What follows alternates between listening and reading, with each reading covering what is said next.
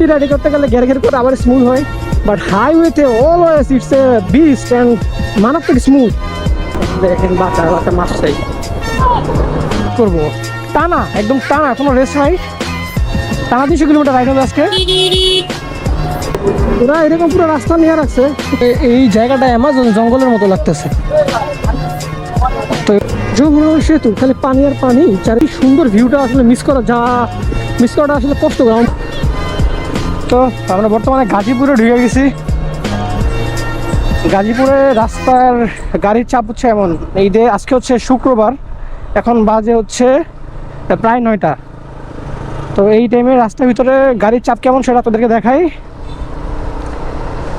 গাড়ির থেকে বা অন্যান্য ভেহিকেলের থেকে সবচেয়ে বেশি এখানে আছে বাসের প্রেশার যেভাবে টানবে সামনে, আমি একটু ভয়ে আছি বিকজ বর্তমানে আমি সোলো আছি।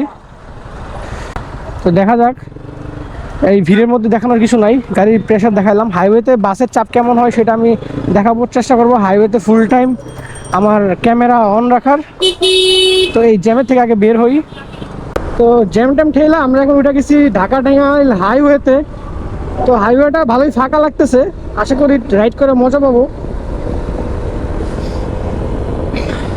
তো ঈদে যারা প্ল্যান করতেছেন যে বাইকে বাসায় যাবেন অথবা বাইকে ট্যুর করবেন, তাদের জন্য আশা করি এই ভিডিওটা অনেক বেশি হেল্পফুল হবে। বিকজ যারা উত্তরবঙ্গের সাইডে থাকেন অথবা উত্তরবঙ্গের সাইডে ট্যুরের প্ল্যান করতেছেন, তাদের জন্য একটু হলেও মেসেজ দিতে পারবো যে রাস্তার কন্ডিশন কেমন, আসলে কি বাইক নিয়ে বের হওয়া উচিত হবে কিনা। তো আমার কোনো ওয়ে ছিল না, এই জন্য আমি একটু বের হয়েছি, আমার একটু ইমার্জেন্সি কাজ ছিল তাই। তো আমি আমার স্টাডির ব্যস্ততা, ফ্যামিলি প্রেশারের কারণে হচ্ছে রেগুলার ভিডিও বানাতে পারতেছি না, বাট আমার ইচ্ছা আছে সব কিছু গুছায় না। আমার আসলে এমন একটা প্রবলেম ফেস করতেছি যে কোনো কাজই করা হচ্ছে না আসলে, স্টাডি প্রেশারের কারণে যে বলতেছি স্টাডিটা হচ্ছে খুব ভালোভাবে হচ্ছে তা না, সব কিছু আসলে গুছায় নিতে পারতেছি না। তো আমি ইনশাল্লাহ আপনাদের মাঝে ব্যাক করবো। হাইওয়েতে সব কিছু গিয়ার টিয়ার আমি পরেই বেরোইছি, হেলমেট গ্লাভস জাস্ট পরে নাই, সেটা হচ্ছে গার্ডগুলো, তো আমার কাছে বর্তমানে গার্ড নাই। সবচেয়ে বেশি প্রবলেম হচ্ছে এই হাইওয়ের মধ্যে, সেটা হচ্ছে সিএনজিগুলো। এই সিএনজিগুলোর থেকে আমাকে খুব সাবধান থাকতে হবে, ওরা যখন মন চায় বামে যাবে, যখন মন চায় ডানে যাবে। তো এই সিএনজি এই হাইওয়েতে যে কেন চলতে দেয় সেটা আমি জানি না, বাট আমার নিজের সেফটি মেনটেন করে আমাকে চলতে হবে। তো ওকে, লেটস গো, আগানো যাক সামনের দিকে, একটু সাবধানে যাবো, এখানে গাড়ির একটু চাপ আছে। হাইওয়েতে গাড়ির চাপটা আসলে কি জিনিস, হাইওয়েতে আপনি কন্টিনিউ যাবেন, আপনার কোনো ব্রেকের প্রেশার থাকবে না। বাট এখন দেখেন আমাকে একটু পর ব্রেক করতে হবে, সামনে যে কোনো টাইমে এই গাড়িটা ব্রেক করতে পারে। দেখেন সামনে কত গাড়ি দেখা যাচ্ছে ঢাকা টাঙ্গাইল হাইওয়েতে।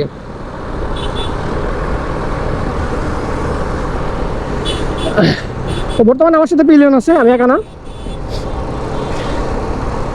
আল্লাহ ভরসা, আল্লাহ কপালে যা রাখছে তাই হবে ইনশাল্লাহ। ওয়েদারটা মারাত্মক, এখন বাজে হচ্ছে 9টা 27 বা 35-এর উপর, আমার এখানে টাইম একটু স্লো যদিও, বাট এই সকাল সকাল মনে হচ্ছে যে সন্ধ্যা হয়ে যেতেছে। এই ওয়েদার বাইক রাইডের জন্য পারফেক্ট, ওয়েদারটা গরমও না ঠান্ডাও না, বাট মনে হচ্ছে যে কোনো টাইমে বৃষ্টি হতে পারে। বৃষ্টি হলে আমি পরে যাবো বিপদে, বিকজ আমার কাছে ক্যামেরা আছে, বিভিন্ন রকম ইলেকট্রনিক্স জিনিসপত্র আছে, কিন্তু রেইনকোট আনছি আমি, ওয়াটারপ্রুফ কোনো ব্যাগ আনি নাই আপাতত। আমাকে নির্দিষ্ট কোনো জায়গায় ব্রেক ইনস্ট্যান্ট করে থামতে হবে, বৃষ্টি কমার পর আবার কন্টিনিউ করতে হবে। কেপিটিতে টান দিলে বাইকে স্পিড উঠে যায়। আমরা বাইকটা আমি অনেকদিন ধরে স্পিড তুলি না, এর জন্য একটু জ্যাম মনে হইতেছে, বাট ক্লিয়ার হয়ে যাচ্ছে, স্মুথ, যথেষ্ট স্মুথ বাইকটা। আপনার সিটি রাইড করতে গেলে ঘের ঘের করে আবার স্মুথ হয়, বাট হাইওয়েতে always it's a beast and মারাত্মক স্মুথ। হাইওয়ের জন্য এই বাইকটা আসলে বানানো হয়েছে।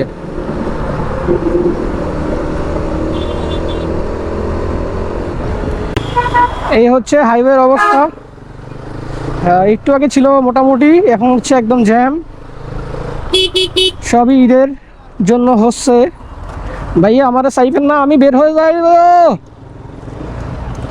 করবো, টানা একদম টানা, কোনো রেস্ট নাই, টানা 200 কিলোমিটার রাইড হবে আজকে, আমি বের হয়ে যাই। তো আমার আজকে কথা হচ্ছে যে আমি 175 আর 175 কত হয় 250, আর ওইদিকে 25-50, 300 কিলোমিটার রাইড। বাসের থেকে সবাই সাবধান, সাইডে যাওয়ার সময় বোমের পটলা থুতু আপনার উপরে বর্ষণ হইতে পারে। সিরাজগঞ্জ যাওয়ার পথে এই জায়গাটা অ্যামাজন জঙ্গলের মতো লাগতেছে। তো এটা নাম কি এই জায়গাটার, কেউ জানলে কমেন্ট করবেন। রাস্তায় এত জ্যাম, যেসব যাত্রীরা নাইমা হাঁটা শুরু করছে, কিছু করার নাই। তো বৃষ্টি হয়েছিল, বৃষ্টির কারণে বিরতি দিছিলাম, একটু দাঁড়াইছিলাম। দেন আমি ফ্লাইওভার থেকে নিচে নেমে যাওয়ার কারণে আমি রং সাইড মেরে আসছি। অনেক প্যারাই ছিলাম যে কখন কট দিয়ে দেয় সার্জেন্ট কাকু ধরা, বাট আল্লাহর রহমতে কেউ ধরে নাই। এক জায়গায় ছিল দাঁড়ায়, বাট আমার দেখার আগে আমি টান মেরে বাইরে চলে আসা পড়ছি, মেন রাস্তা উঠে গেছি। এখন একটু রিলিফ লাগতেছে, বাট বৃষ্টি হচ্ছে, বৃষ্টির দিনে চাকা স্কিড করার ভয় অনেক বেশি থাকে। তো এই ভয়ে আমার রাইড করতে একটু প্যারাই হচ্ছে। দেখেন রাস্তা পুরো ভিজা ভিজা, বাট কিছু করার নাই, যেহেতু রওনা দিয়ে দিচ্ছে আমার চাইতেই হবে। ওয়েদারটাও জোস, বৃষ্টি হয়েছে, একটা ভালো হয়েছে যে ধুলাবালি ছিটকা চোখে লাগবে না, ভাইজার লাগাইতে হবে না, আমি আরামসে দেখতে পারবো।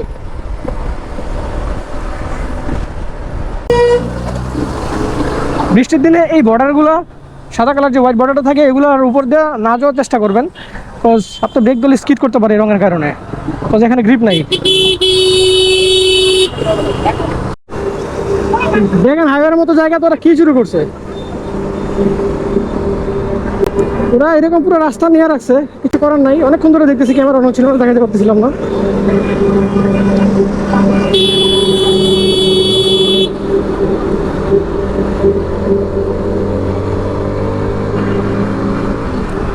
বাপের রাস্তা মাদার চৌক।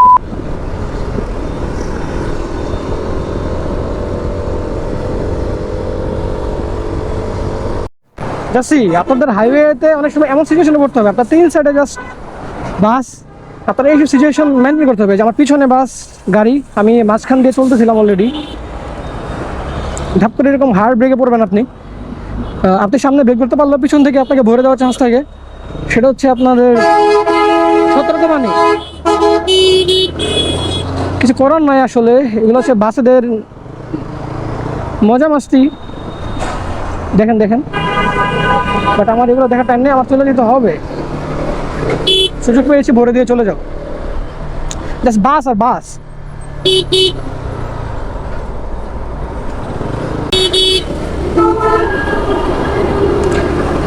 আসলে অনেকে শুধু বাসওয়ালাদের যে দোষ তা না, অনেক বাইকাররা বাসের থেকে নিজেকে বেশি পাওয়ারফুল মনে করে। আসলে হাজার সিসির, কয়েক হাজার সিসির বাসের তুলনায় একটা বাইক আসলে কিছুই না।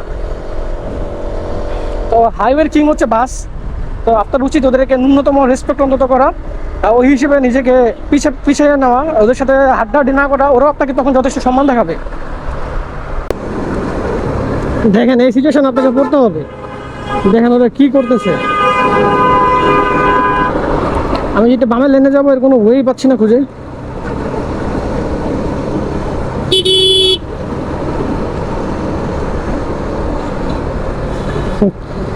Bangladesh bro, it's not for beginner rider, করছে নাকি ভাই? তো মাত্র যমুনা সেতুর, বঙ্গবন্ধু সেতু যেটা বলে, এই বঙ্গবন্ধু সেতুর টোল দিলাম।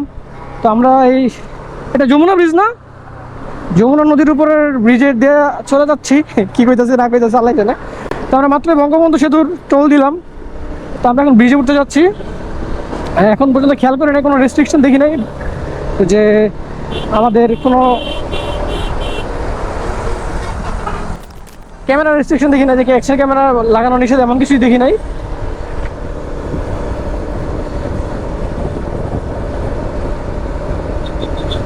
অবশ্যই বাইকের লেন আলাদা ছিল, যমুনা সেতুতে ওঠার আগে সবাই বাইকের লেন দিয়ে ঢুকবেন অবশ্যই।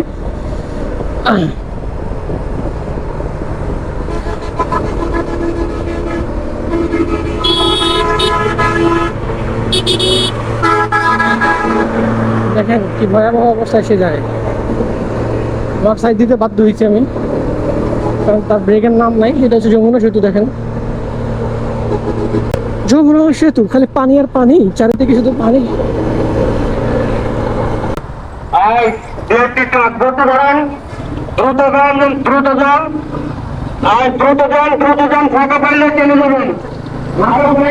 যাবেন, দ্রুত যান।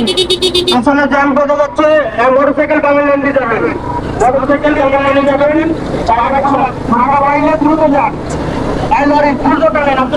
তো আমরা চলে আসছি সিরাজগঞ্জ।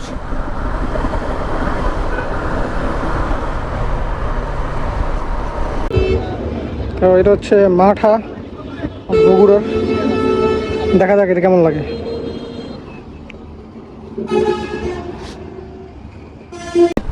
চলে আসছে অলরেডি।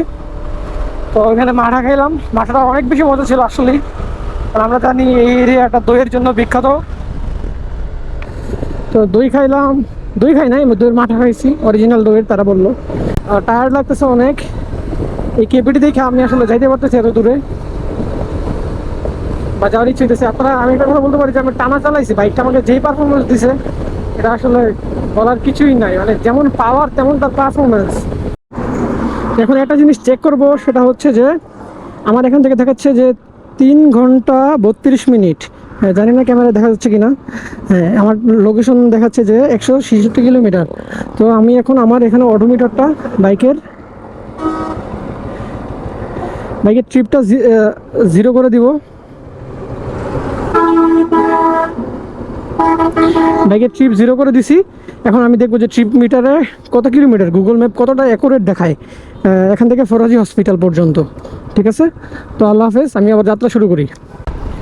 এখন আপনাদের কাছে আমি শেয়ার করব যে আমার মোটর ব্লগিং কেন রেগুলার না, মানে কেন আমি রেগুলার মোটর ব্লগটা করতে পারি না।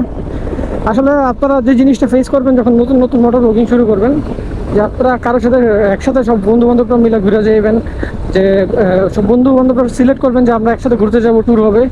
বাট ওই জিনিসটা কখনোই হবে না। আপনি আপনার ব্লগিংয়ের জন্য ওইভাবে সাপোর্টিভ কাউকে পাবেন না। দৃঢ়ভাবে যে থাকবে আপনার সাথে, লেগে থাকবে যে চল যাই, ওইরকম মন মানসিকতার মানুষ খুঁজে পাওয়া আসলে অনেক টাফ। আপনি যদি তাদের জন্য ওয়েট করতে থাকেন, তখন আপনার একদম পারফেক্ট কোনো কন্টেন্ট খুঁজে পাবেন না। আপনার সবগুলো পড়ে থাকবে, আপনার ব্লগিং করার মতো মানুষ খুঁজে পাবেন না।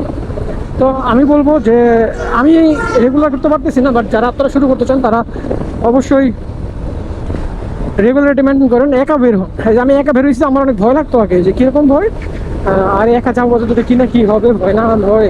আসলে রাস্তাটা আল্লাহ যদি কপালে রাখে এটা হবে, অ্যাক্সিডেন্ট যদি আল্লাহ কপালে রাখে কিছু করার নাই।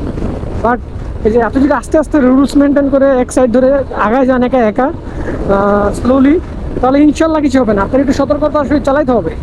আর সবচেয়ে বড় কথা হচ্ছে যে আপনি একটা চালাবেন না কখনো বাইক, মাথার ভিতরে হ্যালোসিনেশন হয়ে যায়। আমি দেখছি, মনে হচ্ছে যে আমি বাইক চালাচ্ছি, এত দূরে চলে আসছি, এমন একটা ফিলিংস আসে, ঘুমাইসে পড়ে, এগুলো হয়।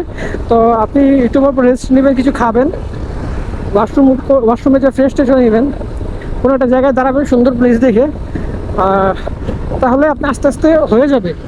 দেখেন এত সুন্দর একটা পারফরমেন্স দিচ্ছে বাইকটার সাথে, এই সুন্দর ভিউটা আসলে মিস করাটা আসলে কষ্ট করে। আমার মনে হচ্ছে আমি দাঁড়াই, কিন্তু আমি একা আসছি, এখানে দাঁড়াবো কি দাঁড়াবো না, সামনে হয়তো আরো সুন্দর প্লেস পাবো দেখার মতো, তখন হয়তো দাঁড়াবো। এখন সাথে যদি কেউ আসতে তাহলে একটা ছবি তুলতে পারতাম, বাট আমি একা আছি, যে কারণে ছবি তুলে দেওয়ার মতো আসলে কেউ নাই। অভ্যাসক লং ট্যুরের মধ্যে একা আসতেছি, আস্তে আস্তে ইনশাল্লাহ সব হবে। জাস্ট আমি একটা জিনিস ফেস করছি, সেটা হচ্ছে যে আমার পাশে একটু ব্যথা করতেছিল, কারণ আমি অনেকক্ষণ টানা বসেছিলাম। এটা নর্মাল, বাইক চালায় আসলে যত বাইকই হোক না কেন, যত আরামদায়ক হোক না কেন, আপনি অনেকক্ষণ বসে থাকলে আপনার পাশে ব্যথা করবেই। আর আমি যখন বিচরি চালাইতাম, আমার হাতে যে রিস্টে যে পেইনটা করতো, এগুলো কিছুই নাই। তো আমার পুরোটা রাস্তা চাইতে হবে। আমি যদি এখন মাঠা খাওয়ার কারণে যদি এনার্জি আস্তে আস্তে শরীরে আসে, আরও মনটা যদি স্ট্রং থাকে, কোনো রকম বাজে কিছু যদি কপালে না থাকে, তাহলে ইনশাল্লাহ আমি আরও সুন্দর সুন্দর জিনিস দেখাবো। ক্যামেরার ব্যাটারি শেষ হয়ে গেলে আবার ব্যাটারি চেঞ্জ করবো। তো এখন দেখানোর মতো বা বলার মতো কিছু নাই, তো সেই কারণে আমি ক্যামেরাটা এখন অফ রাখি, একটু সামনে আগাই, সুন্দর প্লেস পেলে আপনাদের সাথে দেখাবো, এবং মনে কোনো কথা ফিল হইলে সেটা শেয়ার করবো। আমি কি রং ওয়েতে ঢুকলাম? না, ঠিকই তো আছে। এই রাস্তাটা অত্যন্ত রিস্কি। আমি ঢোকার সময় পুলিশ মাইকিং করে বলতেছিল যে দুর্ঘটনা প্রবণ এলাকা, কারণ এখানকার মানুষ অনেক রাফ চালায়, প্লাস এটা ওয়ান ওয়ে রোড। এই রোডের ভিতরে আপনি ওভারটেকিং, যখন মোড়টা শেষ তারা ওভারটেক করে, খেয়াল করে কিনা আল্লাহ জানে। তো আমি যেহেতু বাইকার, আমার ক্ষতিটা বেশি হবে, সেই কারণে আমি স্লোলি চালাবো। তো ক্যামেরার ব্যাটারি 50% আছে, আমি এখন আপাতত অফ রাখি, কারণ চাচ্ছি না যে, আশা করি যে 50% দিয়ে আমি বাসে চলে যেতে পারবো, সুন্দর সুন্দর কিছু মুভমেন্ট আপনাদের সাথে শেয়ার করে আর কথা বলে। ভিউটা দেখেন, ভিউটার সাথে একটা মিউজিকই আমার মাথায় আসতেছে, সেটা হচ্ছে যে গ্রাম ছাড়া মাটির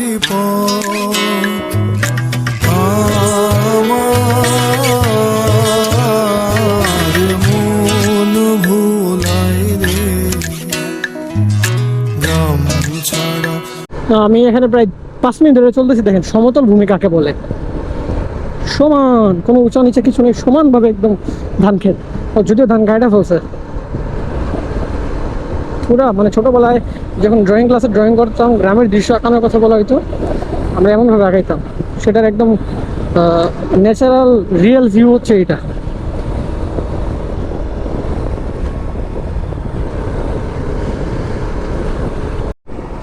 এই দেখেন হাইওয়ে, নুড়ি পাথর, সাইড দিয়ে এরকম বাস চলে যাবে।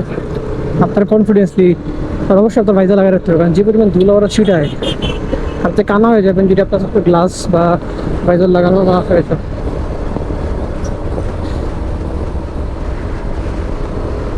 তো ওই সামনে তো বসবো, পাশা ব্যথা হয়ে গেছে, অনেকখানি আগে গেছি, অনেকখানি না অনেক কমই আগে গেছি, বাট এখন আমার একটু বসতে হবে বসার জায়গা দিকে। আর কোনো ওয়ে না, এই পাশা ব্যথা হয়ে ভাইটা গেল রে। সেই হচ্ছে অবস্থা, পাছা আমার নাই রে ভাই, পাছা নাই। একটু রেস্ট নিয়ে আবার কন্টিনিউ করবো।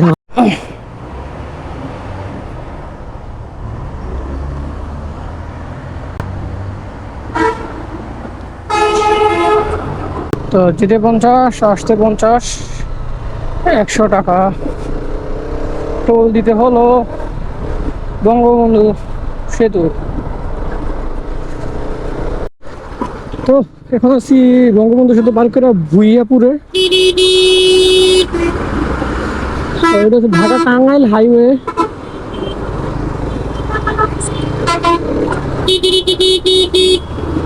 জাস্ট বাসের মেলা, খুব কম বাইকার চলে, দিক দিয়ে দেখা যা বোঝা যায়।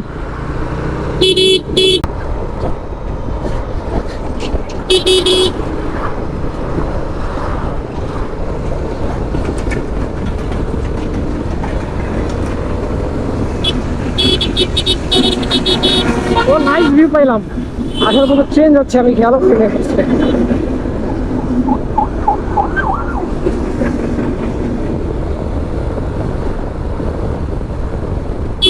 দেখেন দেখেন দেখেন দেখেন দেখেন দেখেন, বাচ্চা বাচ্চা মারছে খানকির গোলা।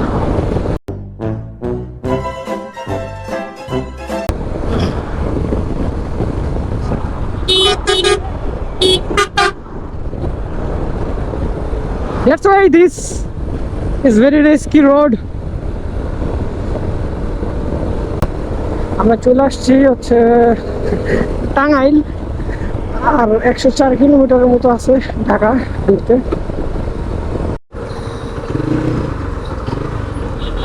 স্কুটারটা সুন্দর।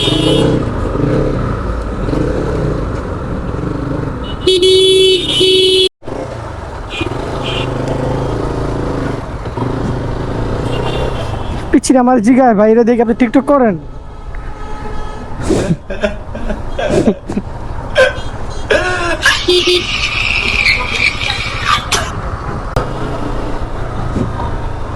এগুলো হচ্ছে প্রত্যেকটা রাস্তায় একটা বালপাক না। এই সিএনজি অথবা এই অটো রিক্সাগুলো দেখবেন যে বাইক যেদিকে ঢুকে যাবে ওই জায়গায় যে আটকাইছে দিব, ওরা যাইতে পারবো না জানে। তারপরেও জ্যামে আটকাইছিলাম 1-1.5 ঘন্টা। এখন যাইছি বাসার দিকে, অনেক কষ্টে জ্যাম থেকে ছুটলাম। তো এক ভাই রিকোয়েস্ট করলো যে আমাদের গাড়িটা নামাই দেন, তোরা যদি হসপিটালের সামনে যেতে যাবেন, আমি স্টাফ কোয়ার্টার যাবো। উনি নাকি সকাল 9টার দিকে বেরিয়েছে কুড়িগ্রাম থেকে।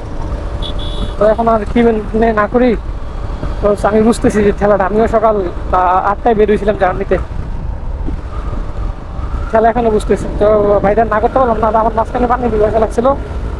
তো ভাই আমার পানি খাওয়াইছিল, ওই হিসেবে নিয়ে যাচ্ছি। দেখা যাক আল্লাহ ভরসা। আমার নিজের সেফটির জন্য আমি হচ্ছে ক্যামেরাতে কথাগুলো বললাম, এই আর বেশি কিছু না, নিজের সেফটির জন্য ক্যামেরাতে অ্যাড করে রাখলাম।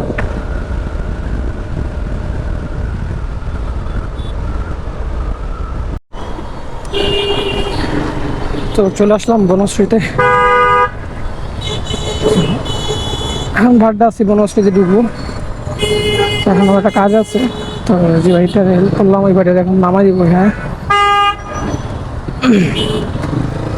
ভাই, আমি একটু ডিআইডিতে ঢুকবো বুঝছেন, আপনি এখান থেকে নাইমা যান, এই যে ভাড়টা সামনেই ভাই বুঝছেন, আমার একটু ডিআইডিতে ঢুকতে হবে, মানে আমার ফ্রেন্ডের সাথে দেখা করতে হবে বুঝছেন, দেন ঢুকতে হবে, যে আমি এদিকে ঢুকে যাবো।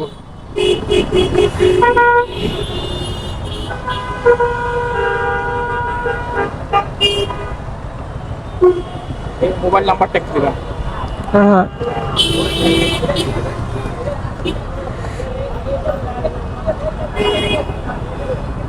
আপনার নাম্বারটা আমার থেকে কল দেন, 01, আমার নতুন সিম নিছি তো,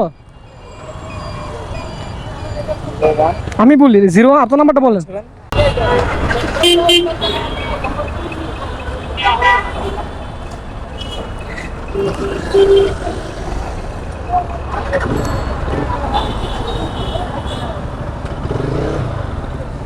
ওকে ভাই, তাহলে আপনি এখানে যে কোনো একটা বাসে আপনার বেস্টটা হচ্ছে আসমানিতে উঠে যান।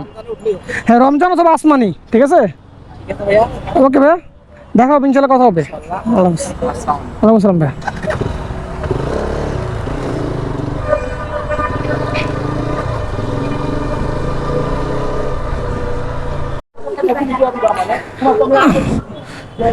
এত বড় জার্নি টানা লাইফে কখনোই করি নাই, তো এইবার করা হয়েছে। এখন ঢুকতেছি বাসায়, সারাদিন আসলাম, বাসায় যে গোসল কইরা বেডে লাফায় পইরা শেষ, আমি ডেড। আর কথা না বলাই, অনেকক্ষণ বলছি আপনাদের সাথে বকবক, তো আজকে এতটুকুই, ততদিন পর্যন্ত আজকে এতটুকুই। নেক্সট ব্লগ আসা পর্যন্ত আপনারা সবাই ভালো থাকবেন, সুস্থ থাকবেন, আর নিজেকে আরেকদের বেশি এগিয়ে নিয়ে যাবেন।